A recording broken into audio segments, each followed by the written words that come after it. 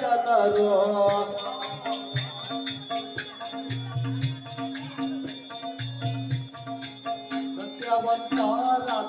ಸತ್ಯವಂತರಾದ ಕೃಪೆಯುಳ್ಳ ಜನರು ನಿತ್ಯಾಹಾರವ ತಾವುಡುತ್ತಲಿರಲು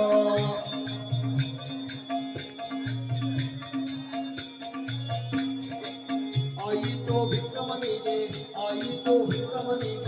ಅನ್ನದ ಸುಖವು ಆದರೂ ಕೈ ಕಾಲು ಕಡಿದ ದುಃಖವೋ